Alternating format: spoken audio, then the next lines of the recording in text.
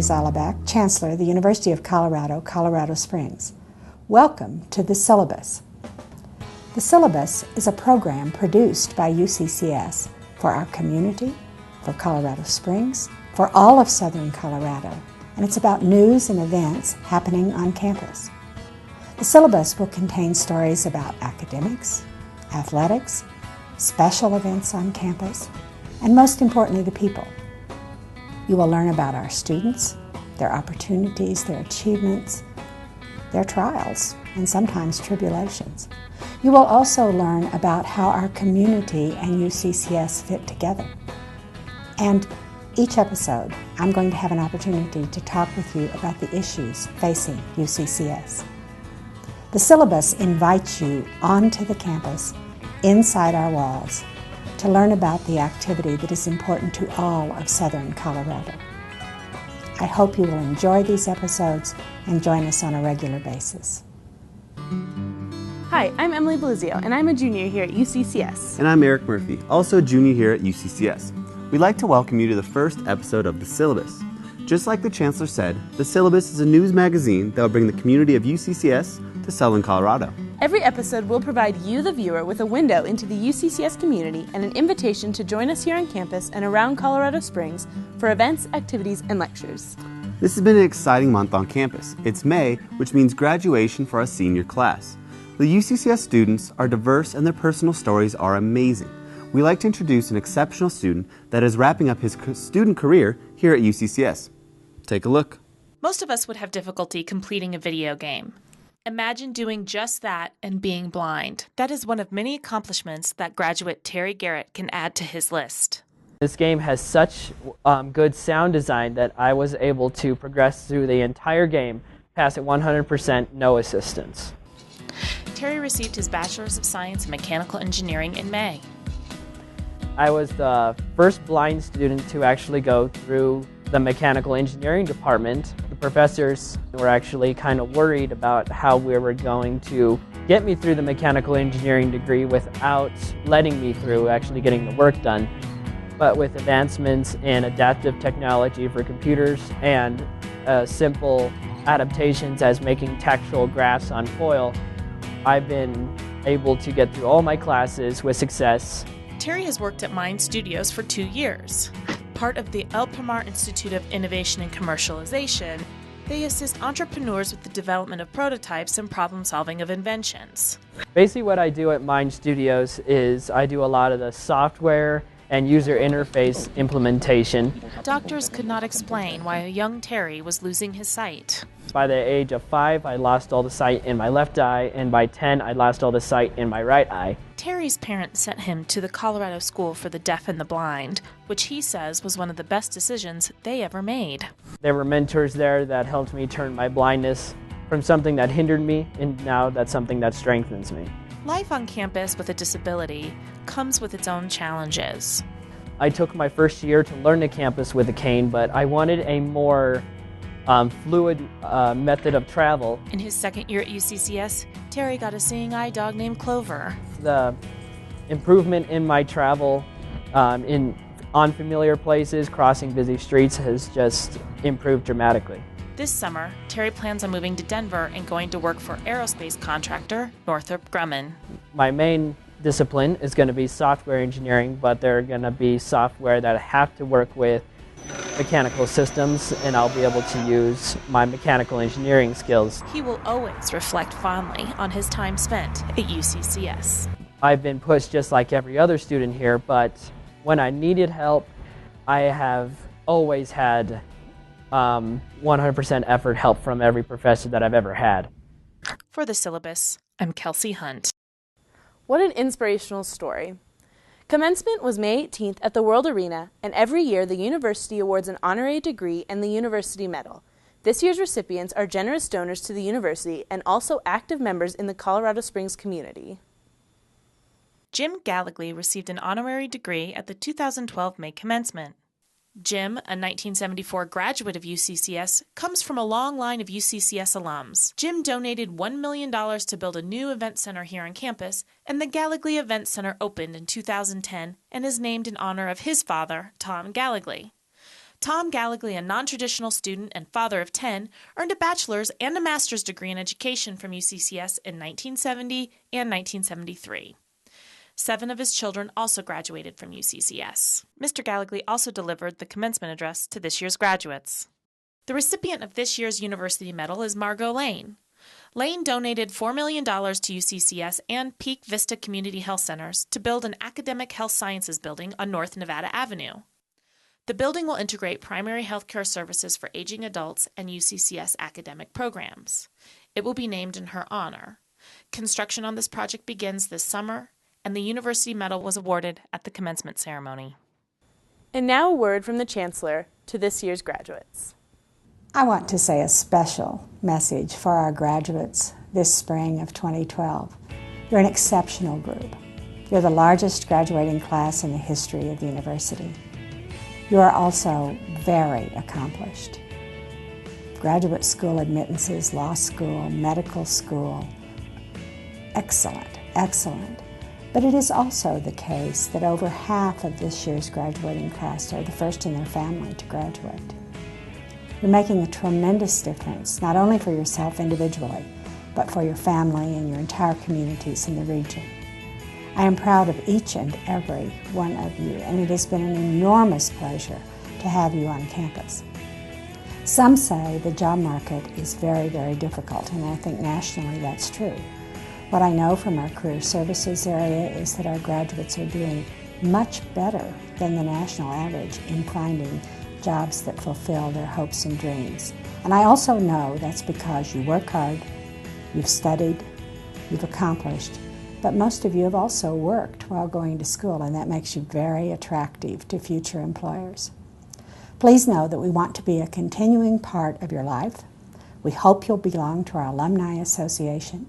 We hope you will also consider us for future graduate education needs as you go along. But please know you will always be important to us. You're a very special individual mountain lion, as well as a very special group of graduating class of 2012. Congratulations. May was a busy month at UCCS. The Galleries of Contemporary Art, or GOCA, launched an exciting series of lectures in do-it-yourself topics at their downtown gallery. Angie Kinnett has the story. Located in the heart of Colorado Springs, UCCS has stretched out its arm to the Plaza of the Rockies on 121 South Tejon Street to create a gallery of contemporary art, nestled in between the restaurant Nosh and the cultural office of the Pikes Peak region. We feature about 8 exhibits a year, a multitude of programs. It's all coming from an education focus, and so it's contemporary art, not so much a retail type situation. What do comic books and goat cheese have in common? They are both colliding in the new mashup series called Chit Chat. You get deep knowledge on a narrow subject that you may not know anything about, and often the pairings are very eclectic, but ultimately we hope that our guests will find interesting connections, discover new things, taste new things. In this event, Chris Bell, a UCCS professor of communication, talks about comic books. I really did sort of go out of my way to not make this as nerdy as it possibly could be. I'm trying to keep it more accessible for everyone. And he is paired up with the goat cheese lady. Yes, cheese making is, they call it a science and an art, and it's a science because there are a lot of specific things you need to do to come up with the cheese that you want. But it's an art because you can vary little tiny portions of each step and come up with something totally different. Even they were slightly confused about the pairing. I have no idea why I'm with goat cheese. But some spectators of the event were able to make their own connections. The topics coming together, especially regarding being very in tune with up-and-coming pop culture and also living on a farm, which would seemingly be something that would set back from today's modern times and technology, the way they collided in making a full and complete life was really awesome to see and to talk about. So cheese is inherently, if you don't know about cheese, it's inherently disgusting. Yeah. We're eating too many processed foods. We're not being with nature or out in the world.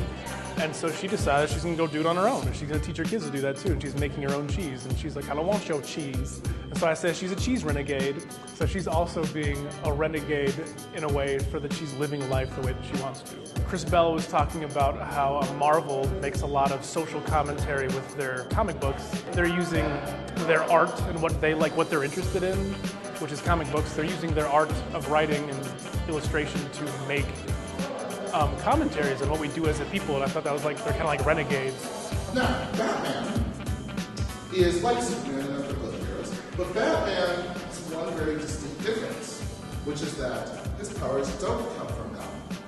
His powers come from what? Money and technology. I think it was great to come out and just listen to two people who are passionate about something, talk about it and open a conversation about it. That's the best part, is being able to talk back with all the people. For the syllabus, I'm Angie Kinnett. Goat cheese and comics? Look like a fun night. Okay, so after you eat all of your do-it-yourself goat cheese, you're going to need a good workout, right? Well, students in the community alike got a chance at the annual Bash the Bluffs 5K run last month. Check it out. A sunny but chilly spring morning sets the scene for the 11th annual Bash the Bluffs 5K run and walk. People of all ages turned out for the event, which is put on each year by the campus recreation department. This year's race took place on Saturday, April 14th. Organizer Tim Steckland says the race draws a crowd from a large area. We get a good mix of campus and not just Colorado Springs community, but we pull people down from Castle Rock, Manitou. We get some folks from Pueblo. So while it is something that we really push to the campus community, it's very open to the surrounding communities as well. Sophie Hansen came in from Peyton to participate. I actually like this campus. I'm familiar with the area as well. I thought it'd be a great place to run hills, and just it's great for my health too. I do this once a month. I do a race. Melissa Trembeth, who is participating in the Bash for the first time, has only one concern. The hills might be a challenge, but it's fun. Yeah. It's all for fun. Organizers tell her not to worry too much, though, as the 3.2-mile route avoids some of the worst hills on campus. We do take into some consideration the topography of our campus. As opposed to running on the Sherpa Trail or up the Fire Road, we don't want to make it that difficult. We do have the hill down by U-Hall, University Hall, where they have to come back up. So the route's not necessarily chosen by topography, but more necessitated by the linear nature of campus and where we can get 3.2 miles in. Since 2002, the race has been dedicated to the memory of Dr. Ed Burke. He was a professor of exercise science at UCCS and a close friend to the campus recreation department. And while you may have missed this year's event, it is being planned again for next year, and if a foot race isn't your thing, the Rec Center says they offer a little something for everyone. Other programming that we offer, we have an intramural schedule each semester, 12 to 15 different sporting activities, tournaments, leagues. We host outdoor trips. In fact, we've got a fly fishing trip going out right now. Other things include rock climbing, ski buses, things like that.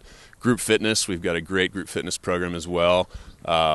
We've got nearly 20 classes this semester. And, of course, the pool and the aquatics. We've got swim lessons, aquasize, and things like that. For the syllabus, I'm Ben Sloan. Sports are an important part of the UCCS community. I had a chance to catch up with the UCCS softball team, and here's what they had to say about fan support. Here at UCCS, fan support is very important. Being in a Division II school, fans consist largely of the family, friends, and student body. I caught up with some of the players. Here's what they had to say about their fans. The fan support here is pretty good. We have a lot of other teams that come to our games. Parents come from all over to see our games, and even people that aren't parents come and watch us play, and it's great. We have a lot of fans that come out on the weekend, surprising amount actually, so it's not just the parents, it's students, faculty, people from the neighborhood. It's fun. Everyone's parents usually come, especially the out-of-staters. I was kind of surprised that their parents come to so many games. But it's nice when you see people that you know in the crowd that are cheering for you, so it definitely makes a big difference. A lot of the kids are out of state, so the in-state parents and families come and really support the kids who don't have parents here and stuff. It's really nice. It is a little different because we're really far off campus. It's not like we're up in the gym for basketball, but some students do come down, and it's really nice to see the student body come and support us. With their season just wrapping up, don't worry if you miss the games. There's always next year. And remember, students get in free, and general admission is only $6. So come on out next year and support your UCCS softball team. With the seniors leaving and the biggest freshman class in history entering UCCS, we're going to need more space. We will get just that with the addition of 2 new student housing buildings. Construction is just beginning. This exciting project highlights the growth and expansion of our school. Take a look.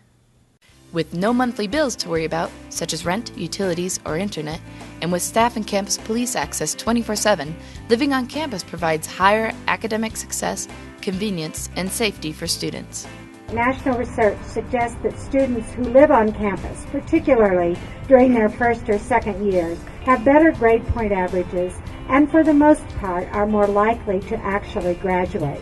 But for the last 3 years, UCCS has been unable to keep up with the demand for on-campus living and is in need of more than its current 900 spaces. Our students don't have to live on campus to attend UCCS. However, we're finding more and more want to live on campus. And in the last several years, we've had a wait list that continues to grow, and it's growing to the point that we're really not delivering the services to our incoming freshmen that we need to. But what is UCCS doing about the new dilemma? UCCS is expanding Summit Village and adding 2 new towers. One building will be specifically residence rooms, and the other will also have some a multi-purpose room and some office space in it. So that second building is a little bit more versatile. And collectively, together, they will house 192 students. The $17.5 million project will be funded from bonds that the residents' rent will pay off. No tax dollars will be used for these progressive buildings. The rooms are suite-style interiors, and there will be between 3 and 4 students in a suite, and they share a common area and a bathroom. We do have one hall that has an additional accoutrement, and that is the hall that we hope to house more international students in. That hall will also have offices for international students' services. And that just has an additional sink and area that food and vegetables can be washed separate from hand washing, because there are some cultures that really have an emphasis on that separation. The plan is for the 2 new buildings to be LEED Gold certified. The students on this campus have been very supportive of sustainability and LEED accreditation on buildings. LEED certified means that there is a sustainable design component throughout the building, and some of that sustainability is very subtle. A lot of individuals don't recognize that the sustainable features in a building when they go into it. You know, there's really a myriad of factors that go into LEED. Everything from the site selection to the context of what's around it, how much of vegetation is disturbed, how much is irrigated when we're done. It's very comprehensive, actually, and we will be bringing in a lot of these features into these buildings. Every building that we build now, we build to LEED standards. In conjunction with the other Summit housing buildings, the 2 new buildings will be named after ski resorts. We've got 2 different buildings, Copper and Echo, and they're named after ski resorts here in Colorado, and that's continuing the theme that's already in place for Summit Village. On April 23rd, the ground was broken at a ceremony that over 100 eager students, faculty, and staff attended. But this is a very, very exciting facility that is needed actually this fall, but we won't be opening it until a year from fall. With the Chancellor taking a few extra scoops of dirt, it is clear that she is anxious for the project to be underway. The buildings will be completed August of 2013. We absolutely will be moving freshmen into those buildings that month. When the new buildings open, they are expected to be full based on the waitlist and high demand for student housing at UCCS. For the Syllabus, I'm Angie Kinnett. Thank you for joining us for the first episode of the Syllabus. We hope you enjoyed it, and we hope to see you next time at UCCS TV.